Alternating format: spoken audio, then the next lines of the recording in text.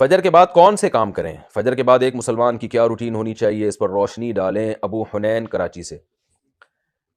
دیکھیں حدیث سے تو یہ بات ثابت ہے کہ فجر کے بعد کا وقت ذکر اللہ کا وقت ہے۔ آپ صلی اللہ علیہ وسلم نے ارشاد فرمایا کہ جو شخص فجر کی نماز کے بعد اسی جگہ جہاں نماز پڑھی ہے بیٹھے بیٹھے اللہ کا ذکر کرتا ہے یہاں تک کہ جب سورج ایک نیزہ بلند ہو جاتا ہے، اشراق کا وقت داخل ہوتا ہے، 2 رکعت پڑھتا ہے، تو اللہ اس کو ایک حج عمرے کا ثواب عطا فرماتے ہیں۔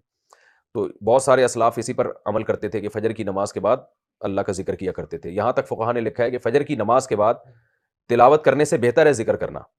تو اگر کوئی اس طرح تسبیحات نہ کر سکے تو پھر تلاوت کر لے، کیونکہ بہرحال تلاوت بھی ایک طرح کا اللہ کا ذکر ہی ہے۔ تو یہ وقت جو ہے نا ذکر اذکار کا وقت ہے، سب سے بہتر ہے ذکر کرے، وہ نہیں تو پھر تلاوت کرے۔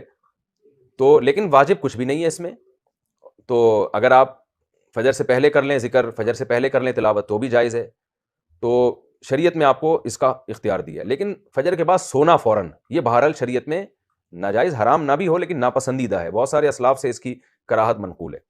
تو اگر کوئی مجبور ہو تو ایک الگ بات ہے، جیسے کسی کو رات کو نیند ہی نہ آئی ہو اور اس نے صبح 8 بجے کہیں جانا ہے، اب وہ اگر فجر کے بعد نہیں سوئے گا تو وہ آگے نیند پوری نہیں ہوگی، مسائل کھڑے ہوں گے، تو وہ الگ بات ہے، وہ سو جائے۔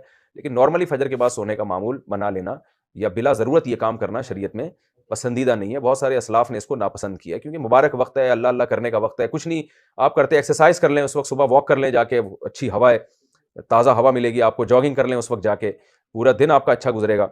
تو یہ اس قسم کی ایکٹیویٹیز کرنی چاہیے۔ اور دوسری بات، نبی صلی اللہ علیہ وسلم نے فرمایا بورک لامتی فی بکورہا، اللہ تعالیٰ نے میری امت کے کاموں میں برکت رکھی ہے صبح کے وقتوں میں۔ تو جتنے بھی کام جو صبح کے وقت میں کیے جائیں اس میں اللہ نے برکت بہت رکھی ہے۔ تو اس میں ایکسرسائز بھی کی جا سکتی ہے، اس میں پڑھا بھی جا سکتا ہے، کاروبار بھی کیا جا سکتا ہے۔ لوگ کہتے ہیں ہم اس وقت کاروبار کیسے کریں، دکانیں بند ہوتی ہیں۔ تو بھائی کاروبار کی پلاننگ کر رہے ہیں اس وقت بیٹھ کے آپ، ٹھیک ہے، دکان نہ کھولیں، کوئی ہے ہی نہیں کسٹمر آپ کو کراچی میں، تو آپ صبح اگر بیٹھیں گے دکان کھول کے ایک بندہ بھی نہیں ملے گا۔ لیکن ہمارے ایک دوست نے ایسا کیا، دوست تو نہیں جاننے والے تھے، انہوں نے کیا کیا، انہوں نے کہا کہ میں فجر کے بعد دکان کھولوں گا، تو اعلان کر دیا کہ جو کسٹمر فجر کے بعد آئے گا خصوصی ڈسکاؤنٹ ہوگا ان کے ساتھ۔ تو اس میں لوگ اس بہانے جلدی جلدی جانے لگے، تو وہ ان کا اتنا رش ہو گیا کہ ان کا اس طرح سے کاروبار میں جو نقصان ہو سکتا تھا اس کی تلافی اس طرح سے ہو گئی۔ تو بہت سارے طریقے انسان جب کھوپڑی استعمال کرتا ہے تو طریقے سامنے آتے ہیں، اور کھوپڑی استعمال بھی فجر کے بعد بہت اچھے طریقے سے ہو جاتی ہے۔ بلکہ سردیوں میں تو فجر سے پہلے آپ کو کھوپڑی استعمال کرنا شروع کر دینی چاہیے، کیونکہ سردیوں میں راتیں بہت لمبی ہوتی ہیں۔